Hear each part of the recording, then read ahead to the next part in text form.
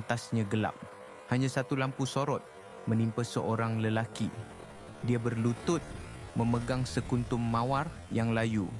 Di hadapannya, bayang-bayang seorang wanita menjauh, larut ke dalam kegelapan. Aku dah berikan segalanya, bisiknya kepada kekosongan. Suaranya pecah, bergema di ruang yang sunyi. Aku lelaki yang baik. Kenapa dia tak nampak? Ini adalah lagu yang kamu nyanyikan, melodi seorang mangsa dalam opera yang kamu cipta sendiri. Kamu fikir kamu adalah hero yang disalaherti. Tapi, bagaimana jika aku beritahu kamu, kamu bukanlah mangsa? Bagaimana jika kebaikan kamu itu sebenarnya adalah sejenis racun yang halus? Ini bukan kebetulan. Ini psikologi. Kebenaran gelap yang tersembunyi di sebalik topeng lelaki baik. Setiap kali kamu berkata, tapi saya lelaki baik, kamu sedang membina tembok. Tembok yang diperbuat daripada jangkaan yang tak diluahkan dan kemarahan yang terpendam. Kamu tidak memberi dengan ikhlas. Kamu melabur. Setiap kebaikan adalah shilling yang kamu masukkan ke dalam mesin slot, mengharapkan jackpot kasih sayang. Dan apabila mesin itu tidak membayar, kamu menyalahkannya. Kamu menendangnya. Kamu menjerit bahawa ia tidak adil. Wanita moden mempunyai radar. Deria ke-6 yang diasah oleh evolusi. Mereka dapat menghidu keputusasaan di sebalik senyuman kamu. Kebaikan kamu terasa seperti sangkar. Sangkar emas yang indah, tetapi tetap satu sangkar.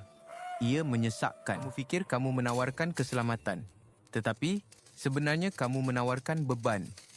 Beban untuk menjaga ego kamu yang rapuh. Ini adalah kontrak terselindung. Aku akan menjadi apa sahaja yang kamu mahu dan sebagai balasan, kamu mesti mencintai aku. Ia adalah satu bentuk manipulasi yang paling pengecut kerana ia bersembunyi di sebalik topeng kebaikan. Seorang lelaki yang benar-benar baik tidak perlu mengumumkannya. Kebaikannya adalah seperti tulang belakangnya. Ia ada di sana. Teguh, senyap. Dia memberi tanpa mengharap balasan. Dia menetapkan sempadan. Dia boleh berkata tidak tanpa rasa takut akan kehilangan. Dia tidak cuba untuk menang wanita. Dia menarik mereka dengan menjadi dirinya yang sebenar. Keasliannya adalah magnet. Manakala kamu, si lelaki baik, adalah pasif. Kamu menunggu kebenaran. Kamu mengikut. Kamu berharap persetujuan kamu akan dibeli dengan kasih sayang. Wanita tidak membenci lelaki baik. Mereka membenci kelemahan. Mereka secara nalurinya menolak lelaki yang tidak mempunyai pusat graviti sendiri. Lelaki yang sentiasa bersetuju tidak mempunyai pendapat. Lelaki yang tidak mempunyai pendapat tidak mempunyai nilai. Lelaki yang tidak mempunyai nilai tidak menarik. Mari kita lihat satu kes. Namakan dia Amir. Amir jatuh cinta dengan Sarah. Dia melafazkan dirinya sebagai kawan baik. Dia menjadi pemandu peribadinya, kaunselor emosinya, peminat nombor satunya. Dia sentiasa ada, seperti perabot yang setia. Sarah menghargainya, tentu sahaja.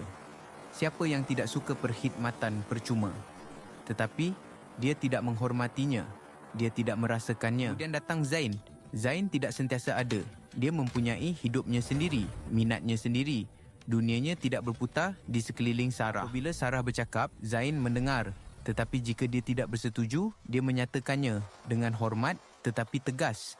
Dia adalah batu, bukan span. Sarah berasa jengkel pada mulanya. Dia tidak biasa dicabar. Tetapi, kejengkelan itu bertukar menjadi rasa hormat. Dan rasa hormat itu mula terasa seperti tarikan. Dia melihat ini dan hatinya hancur. Selepas semua yang aku lakukan, dia merintih. Dia pilih si brengsek itu. Dia tidak faham. Zain bukanlah brengsek. Dia adalah seorang lelaki yang lengkap. Amir bukanlah baik. Dia adalah separuh lelaki yang mencari separuh lagi untuk melengkapkannya. Inilah pendedahannya.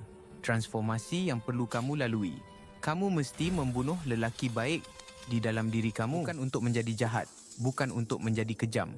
Tetapi untuk menjadi penuh. Untuk menjadi sebenar. Berhenti bertanya, apa yang wanita mahu? Itu soalan seorang hamba. Soalan yang salah. Mulalah bertanya, siapakah aku? Apa yang aku mahu? Apa yang aku perjuangkan? Bina dunia kamu sendiri terlebih dahulu. Bina istana kamu di atas batu prinsip, bukan di atas pasir persetujuan. Apabila kamu mempunyai kerajaan kamu sendiri, Kamu tidak akan lagi terdesak mencari seorang permaisuri. Kamu akan menarik seseorang yang ingin membina empayar bersama kamu. Jadi, kebenaran gelapnya bukanlah wanita membenci lelaki baik. Kebenaran gelapnya ialah mereka membenci lelaki yang berpura-pura baik untuk mendapatkan sesuatu. Mereka tidak menolak kebaikan kamu. Mereka menolak kepalsuan kamu. Berhentilah menjadi baik dan mulalah menjadi sebenar.